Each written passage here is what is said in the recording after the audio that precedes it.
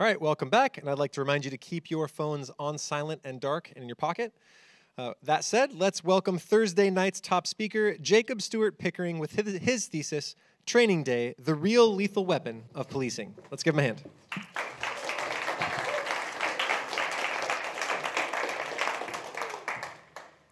Practice makes perfect, a phrase I'm sure you have all heard, but it's a truth that sadly is not a priority for American police departments.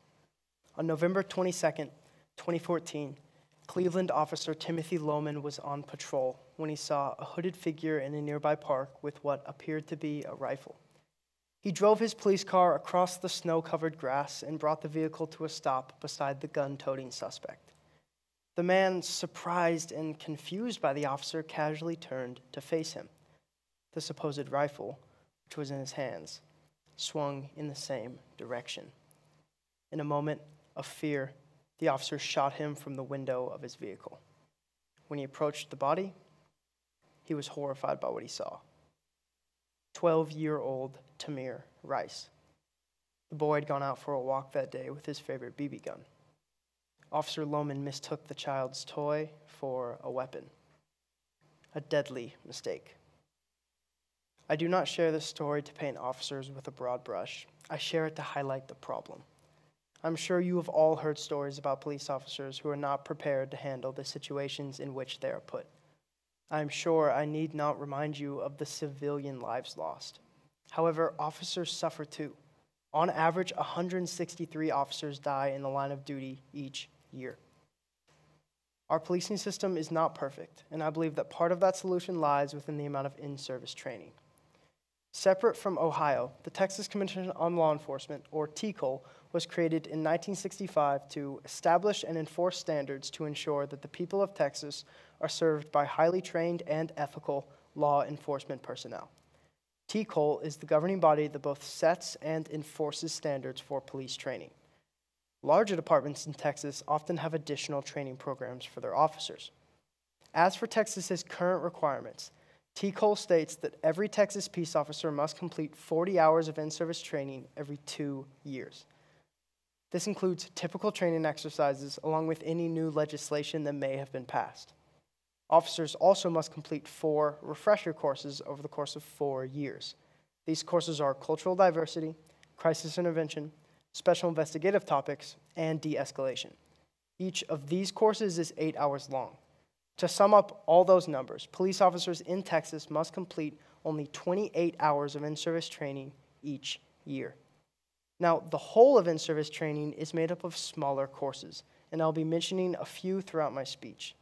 The first is crisis intervention training. CIT deals with interacting with mentally ill and unstable people.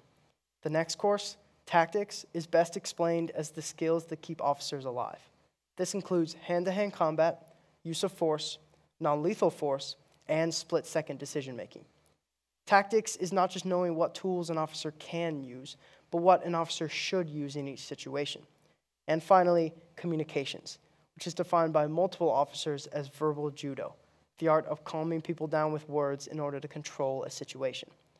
In Austin, there are training instructors who specialize in teaching certain courses. In 2020, of the $434 million the Austin Police Department received, $21 million, or around 5%, went towards professional standards. All the training Austin gives its officers falls under this budgeted category. The national average for police budgets is just above 4%.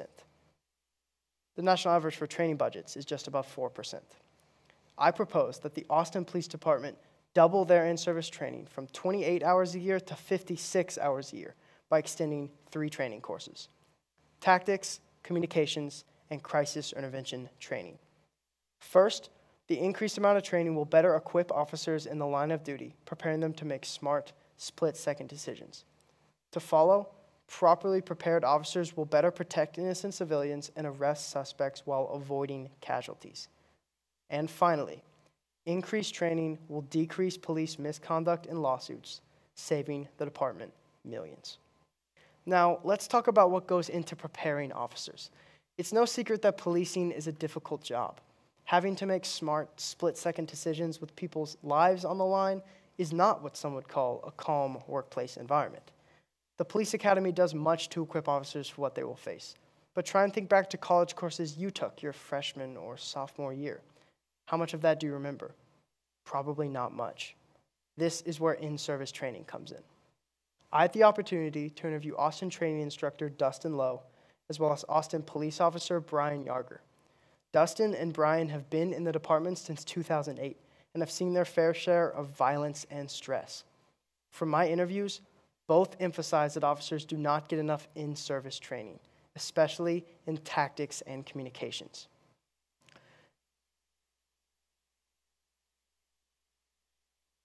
For example, Brian has seen his fellow officers get injured in the exact scenarios taught in the police academy. However, the lessons learned in the academy have been long since forgotten. Refreshing officers and keeping them sharp is exactly why in-service training exists. In a stressful situation, the officer will not remember unless that training has been burned into their mind due to repetition. Another training instructor in Washington that I got to interview asks his officers to spend their free time training themselves because his department does not allow enough time or money to properly prepare them. An instructor should not have to ask this of his officers. However, the feeling of unpreparedness does not stop with my interviewees.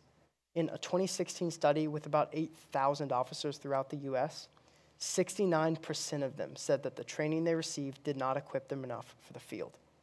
Another, in 2018, of over 250 agencies, found that 80% indicated a lack of necessary training.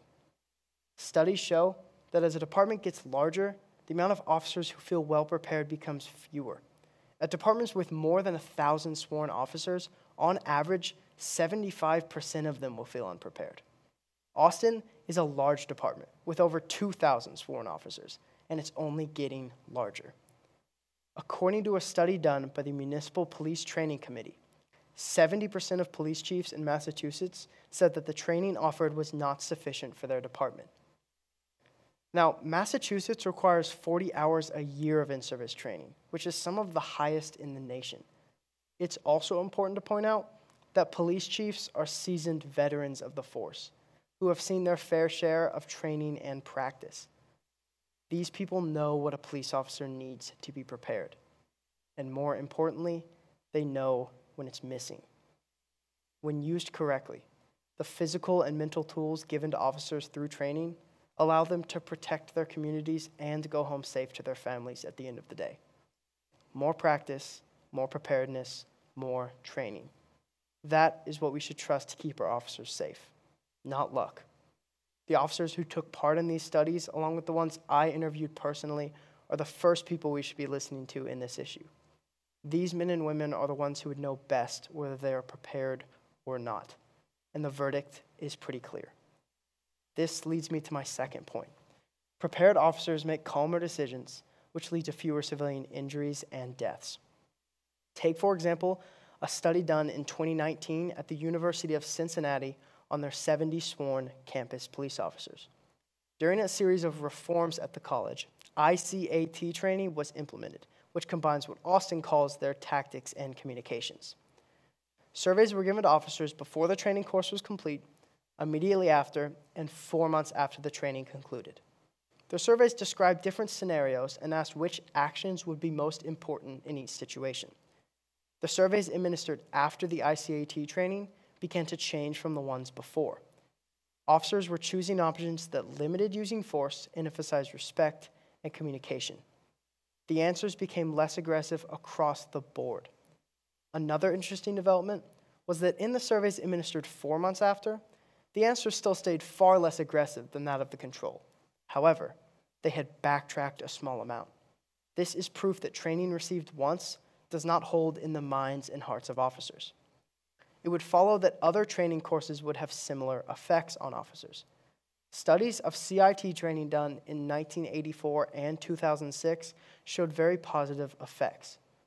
Both compared the attitudes of officers towards mentally ill people before and after receiving the training. Post-training, each showed an increase in negotiations rather than force and a decrease in self-perceived aggression by officers. Another study, on 180 officers, half of whom were CIT trained, there was a decrease in arrests of mentally ill people by the CIT trained officers who preferred to transfer them to mental health units. This course was put in place to foster better relations with mentally ill people, who sometimes need a little more grace from officers than the typical citizen. Transferring them to mental health professionals helps accomplish this goal. Now, believe it or not, policing can actually be compared to nursing quite well. First, nurses experience some of the highest rates of violence in the country. And second, many of the patients that come to them are unwilling to cooperate. These are two challenges that are commonplace for officers. A study of a new de-escalation program yielded a very successful result. In the study, outcomes from each patient-nurse interaction were recorded as either favorable, neutral, or unfavorable. There was an average of 78% favorable outcomes, which was higher than the control, which sat around 60%. Another study by the Australian Institute of Criminology investigated the outcomes of training programs on nurses working in emergency departments. After the training programs were implemented, there was a 50% decrease in aggression shown by nurses, which resulted in a safer environment for the patients. Lastly, in 2018, the Chicago Police Department trained over 8,000 officers in procedural justice training, which emphasizes respect, neutrality, and transparency towards their citizens. This course mirrors what Austin teaches in communications. Over the course of 2 years, complaints filed against officers were reduced by 10%, and use of force incidents were reduced by 6.2%. Now, 6% might not sound like a lot, but if we take the average number of uses of force per year from the Chicago PD, there would have been another 486 more uses of force if it were not for that training. That's about 500 people that could have been injured and in some cases killed. Now imagine what the impact would be with even more training courses. See, use of force and violence complaints mostly occur when officers are frightened and try to control a situation they are not equipped to handle. Reduced use of force shows that officers were more confident in their abilities, which led to calmer and less violent reactions towards the people of Chicago. Lastly, what does the financial side of more training look like? Well, the answer may surprise you. Issues that every police department runs into are lawsuits for failure to train and for police misconduct. First, lawsuits for failure to train can be filed if the amount of training at a police department is deemed inadequate.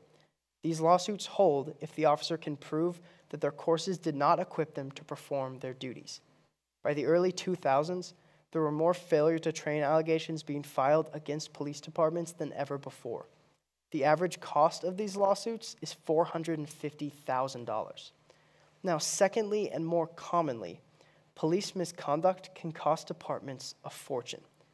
Police misconduct can be a large range of things, but mostly it occurs when officers use too much force on a citizen or act in direct opposition to policing rules and regulations. In 2015, Austin paid out over $4 million in lawsuits and litigation due to police misconduct. One such example being when Breonna King was violently thrown to the ground at a traffic stop by officers. Austin paid Breonna $425,000 for her mistreatment. Another example is Tamir Rice's tragic death. His family was paid $6 million for the loss of their son by the city of Cleveland. These incidents add up to millions of dollars every year for police departments. With better training and more confident officers, these incidents would become fewer and fewer.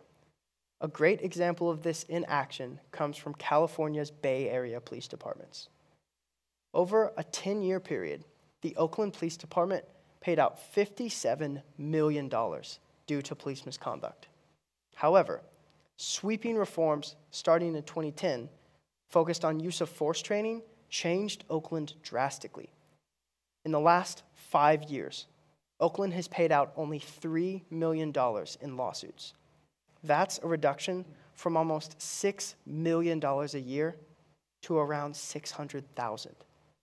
The reforms had a similar impact on San Francisco's payouts, reducing them from almost $2.8 million a year in 2010 to just $460,000 by 2020. If Austin instituted more training, misconduct payouts would plummet and save the department money every year. Davalis Rutledge, a writer for Police Magazine, said it best when he wrote, "The cost of training is a relative bargain compared to the price of neglecting it." While it may seem like double training would require money and time that the department can't offer, it's actually not the case. The extra 28 hours of training will be spent on extending 3 training courses: tactics, communications, and CIT. Since each of these courses are already being taught, it removes the largest amount of money and time spent on training, which is researching new courses. As far as expenses are concerned, that only leaves training equipment. In the Austin Police budget, training equipment and officer uniforms together make up $800,000. This training equipment includes simulation equipment, practice ammunition, and targets. However, the majority of the $800,000 goes towards the uniforms, because completely outfitting an officer is around $3,000 alone, not to mention any broken or torn equipment that needs to be replaced. Also, double training does not mean doubled equipment costs, because most of the training supplies are reusable. The only non-renewable training equipment is practice ammunition, which is mainly used in the academy. Shooting days for in-service training are few and far between. All in all, out of the $434 million given to the Austin Police Department, less than 0.25% goes towards training equipment as it stands. So the cost of doubling training is almost nothing in the grand scheme of things. Secondly, increased training would mean that every APD officer would need to spend another 28 hours a year on the clock. Patrol officers typically work 10-hour shifts 4 days a week. With 3 days off every week, officers could easily meet this new training requirement over an entire year. Now, officers have enough time in their schedules to do more training, but would more of the same courses really help? Well, a good way to think of extended training is a math teacher giving every student in the class more practice problems to work through, instead of the teacher merely reteaching the lesson. Dustin, the training officer that I interviewed, explained that their in-service training includes 2 different types of learning: a classroom portion and a hands-on practical portion. This latter category is where the majority of the extra training hours will be added. For example, these hands-on simulations can be an officer having to confront a suspect. Sometimes, the suspect will be told to be kind and submissive, and in other scenarios, they'll act violent and rude. The training instructors switch up the different reactions to teach officers to act appropriately in each situation. To keep the officers on their toes, a concealed knife could sometimes be given to the suspect halfway through the exercise. I could go on and on, but the point is, from my interviews, hands-on training is some of the most effective in preparing officers. Imagine having the time to confront every different type of suspect and learn how to deal with each one. Now imagine how much better prepared you would be and more confident you would feel afterwards. In summary, the Austin Police Department is in need of more in-service training. When a city leaves its officers with the enormous burden of policing without the proper tools or knowledge to do it correctly, it's unfair to expect them to perform their duties perfectly.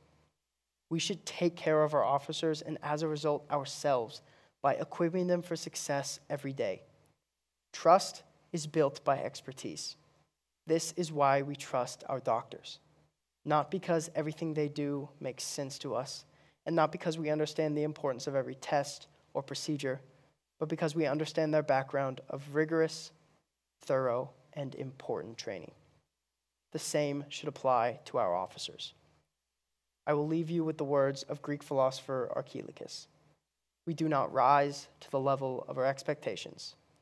We fall to the level of our training. Thank you.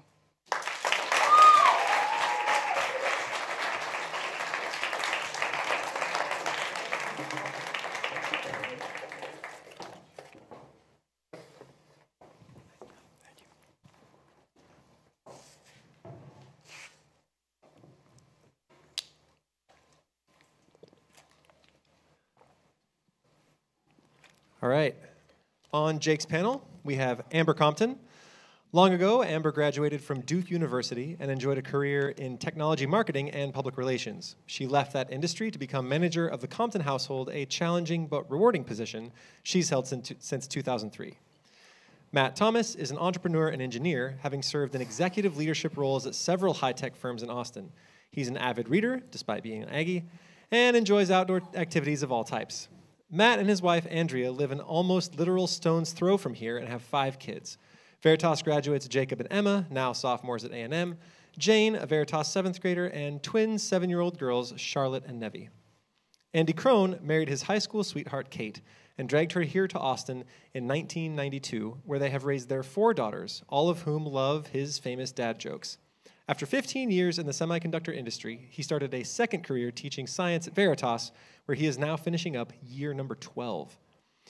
His least favorite color is blue, which is coincidentally the house color of Francis, the house of which he is most certainly not a member.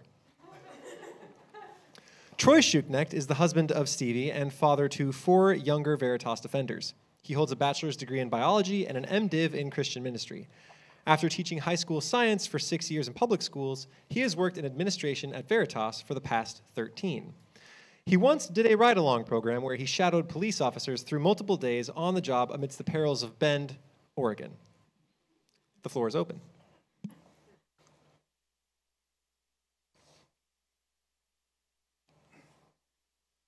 Nice job, Jacob. I wanted to start with your Tamir Rice story, since that's where you started. How much did you dig into that particular case, and how familiar are with the findings with that? I read multiple articles about it, and I also watched a video of it happen. They have a nearby camera that is angled at the park, so I watched in real time it happen. So the findings, was that determined to be a failure to train or police misconduct? You said there was a payout of $6 million, so I'm assuming there was some negative finding against the police department. Yes, so it was found to be obviously a, what's the word? Inappropriate use of force, which is of course quite a bland term for what actually happened, but that's what the term is known for. So it was an inappropriate use of force because obviously Tamir was not posing any threat to the officer, however it seemed it was. So it was under that category. Let me just ask, so with what you're proposing, and I don't know if you know anything about sort of what Cleveland's police department training would have been at that time and what that officer would have received, do you feel like what you're proposing would have avoided the situation, and would Tamir be alive today, I guess, if what you're proposing would have happened in Cleveland for this officer? Obviously, I can't answer that with complete certainty just because a lot of things had to go a certain way for that to happen, and of course there's a lot of different factors when it comes to policing. However, the training I'm proposing would make officers more familiar with different situations. It would make officers more familiar with what to do in those situations, how to identify a firearm better, how to identify behavior better, and I think that with more training, Tamir could be alive today, yes. Do you happen to know in your research that is there a trend upward, or is it consistent, the number of police incidents that there are in a city like Austin over years? Are we ticking up every year in the number of use of force incidents? Are we about the same? So when it comes to use of force in Austin, there hasn't been a large tick up in the last couple decades. However, it is a small upward trend, nothing too exponential, and mainly it's just because of Austin's growing population, which naturally happens with cities. But other than the fact, and that has been, people have decided that is the cause of the small rise, but it's nothing dramatic, no. And also the in-service training or training amounts hasn't changed in the last few decades as well, so. Nice job, Jacob. I'm curious what some of the larger groups on kind of both sides of these topics might say. So, for example, what do the police unions have to say about this? what do the victims' rights groups have to say? Do they all generally point to the real answer is more training, or are there other factors that are at play as well? What did your research show on that? So I looked into certain police unions and organizations put together by former police officers, and the police unions definitely have a very cohesive argument saying that officers do not get enough training, and that's where a lot of my, that's where the idea of this thesis sort of came from, along with my personal interviews. I can't speak to a lot of the victim unions just because I didn't look into that as much. However, it's a lot easier to, in some ways, not in every way, but in some ways, it's good to look at the issues from different perspectives, and officers definitely have a very unique perspective because they've been trained this certain way, and because every day they're on the clock, they basically live that life. And so because of that, the police unions are a pretty definitive source of, if every police union or the large majority of them are asking for more training, they probably do need more training.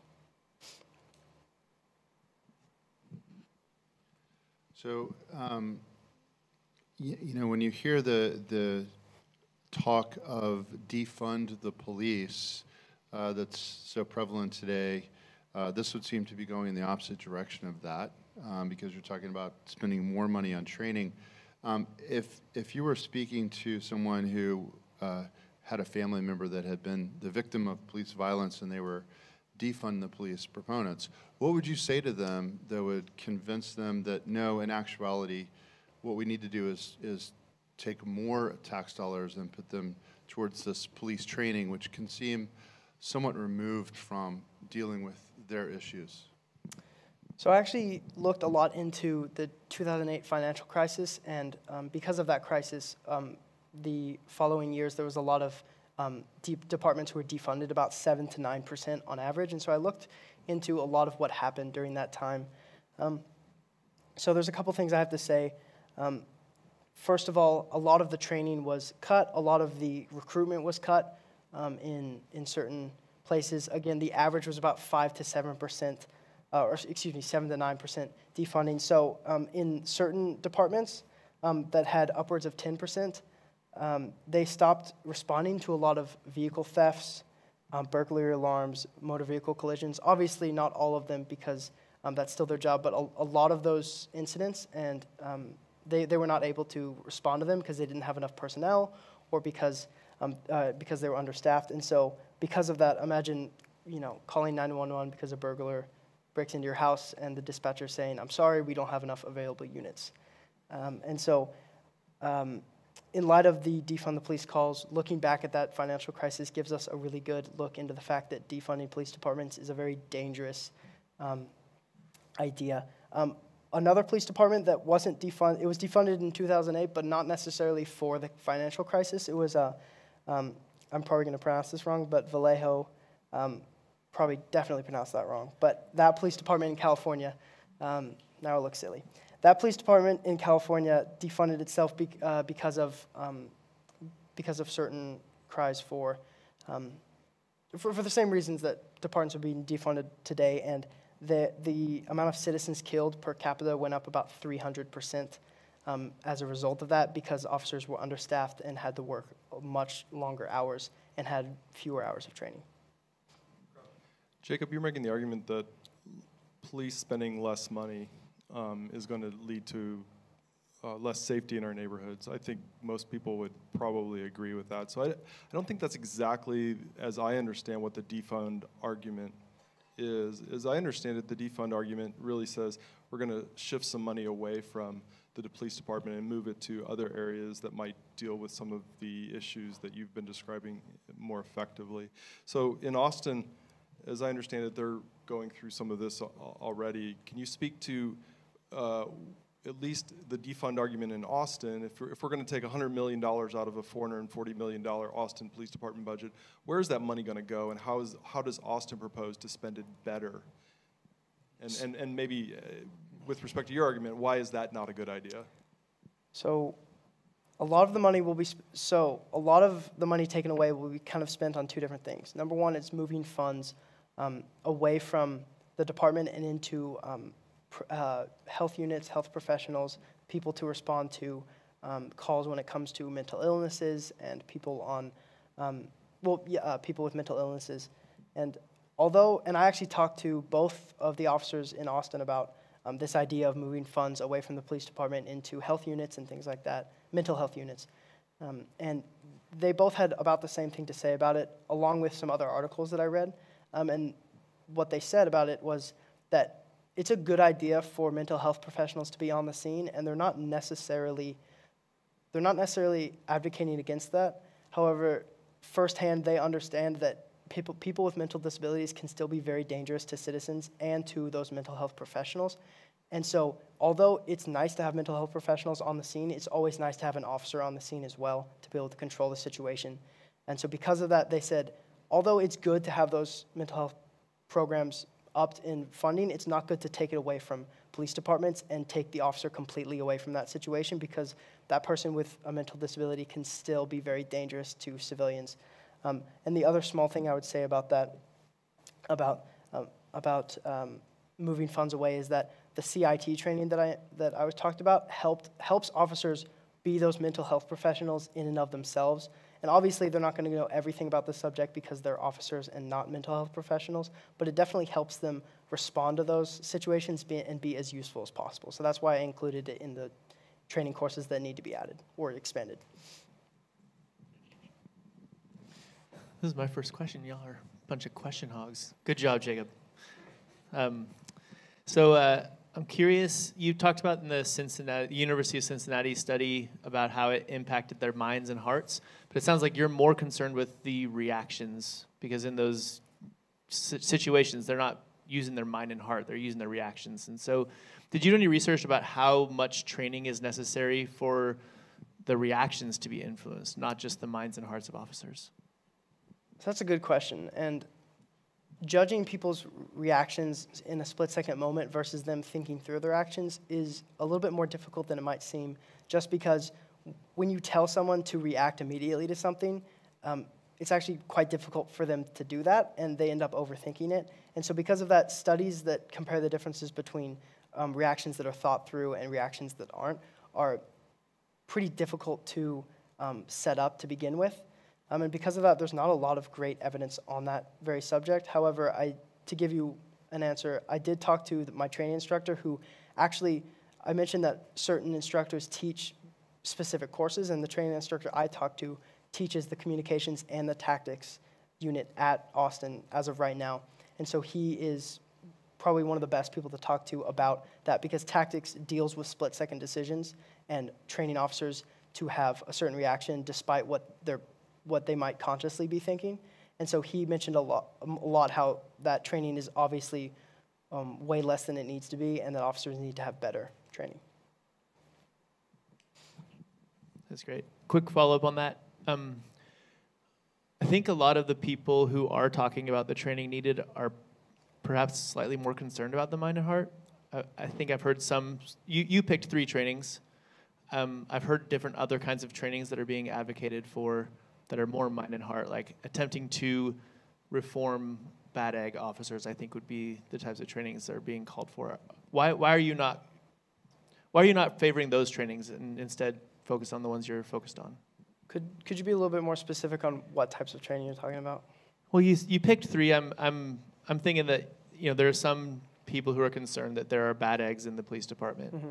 and we need to identify who they are and reform them or get them out. Like, are you not concerned about that kind of thing? Well, I think that's actually a really good point to make, that the job of a police officer definitely attracts different types of people. And lucky for us, one of those types of people are the kinds of people that are humble and or want to serve their community. But however, it is true that another type of person it might attract is someone who likes to wield power over others. And that's a very real reality in any police department. And so what I would say to that is increased training could not possibly make that problem worse. And in fact, training that would help the split-second reactions of officers could actually help to recorrect a lot of that officer's bias or whatever it may be, and make them more professional, make them more objective officers of the law. And so I think that when we're talking, and also in some extreme cases, help to weed out officers that are clearly unfit for service. And so because of that, I think increased training would be, although not the primary function of it, a very good secondary function of increased training would be to weed out, and in some cases, and in the extreme cases, end up with termination of officers who are unfit for the service. So when you were researching these other departments that were successful in implementing training, did you come across anything about the health of officers? Police have high blood pressure, suicide rates, divorce, alcoholism. Was there any talk among the people that you talked to also take care of them better, hand in hand with some training? Was that implemented?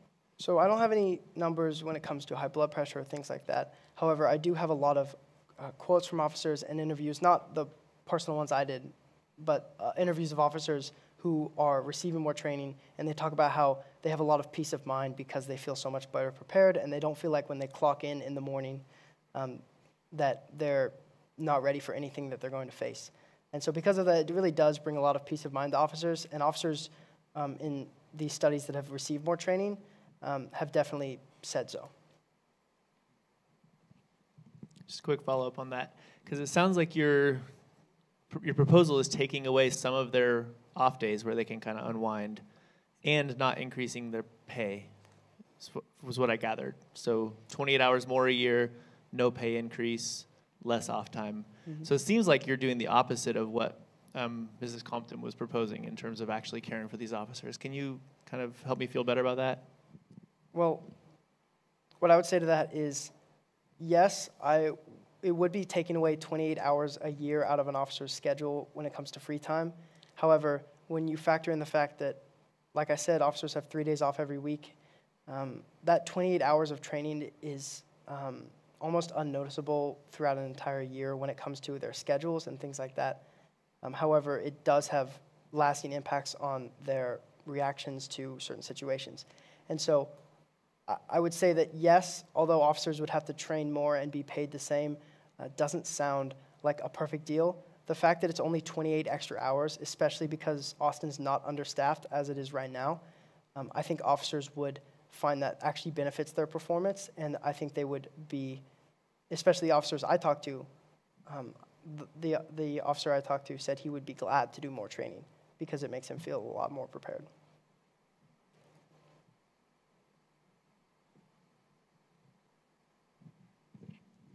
You mentioned a correlation to the nursing profession, but I'm curious about other, say, military training programs, firefighters, first responders, or even other police departments where maybe they have undergone these types of increase in training. Is there data to support like a specific decrease in the incidence of issues, or is it just that, it just seems like it would be a better thing to have more training? Is there a way to correlate that? How do we know that going from 5 to 10% is the right number and not 20%? Well, I did mention Chicago did that to their police department, and they had great success with that. And that was only one training course of an increase. It was about 8 to 15 hours extra over those 2 years. And also, to add to that, there was no extra legislation or anything else added that could have also swayed those numbers. So as far as the experts are concerned, that is what caused it. However, I can talk a little bit about military training, just because it is definitely different from police training, just because they're trained to be in active combat, whereas police officers are trained to be in a civilian setting, not necessarily in active combat, but obviously prepared for it. So because of that, comparing military training and police training isn't necessarily like comparing apples to apples, right? And so because of that, it's not a great indication. However, firefighters do train a lot more than police officers. I can't give you an exact number, but it's around double what police officers are trained. And also that is also a little bit to do with the fact that firefighters don't necessarily have to patrol, and they're only called when things go wrong. whereas officers are called when things go wrong and also have to patrol on a daily basis. However, I do think that police departments could take a hint from fire departments and begin training more. Jacob, let me just ask this question a different way. So you're advocating to broadly train all the police officers more in these, different skill sets. Another way to go about it would be to more specialize particular individuals and then bring them in to the particular situations as needed. So, for instance, there would be maybe a CIT group in the Austin Police Department that specializes in that type of interactions with the people that they run into. Might it be better to deeply train a few people in different skill sets instead of broadly training everybody a little bit more shallow in everything? Yeah, and I definitely don't have anything super negative to say about a proposition like that. Obviously, that would be something that could definitely benefit police departments. The reason why I didn't go that route is because it's very similar to saying, shouldn't we take funds away from the department and add it to mental health units or things like that. And the reason why I don't think that's a better solution is just because it's better to have every officer familiar with those types of things, because if an officer were to see something and they had to call in a unit to come, then it would almost seem like they're ineffective until that unit comes, and especially because if that very specialized group of people is a small number of people, they can't respond to lots of different incidents around the city at the same time. And so because of that, it's a better decision and a better option to have officers all trained in those different fields to make it better for anything that any patrol officer could see while he's patrolling, or that any patrol officer who's nearest to the situation could be called to, and they could be of most use there. And that draws the 2020-2021 thesis competition to a close.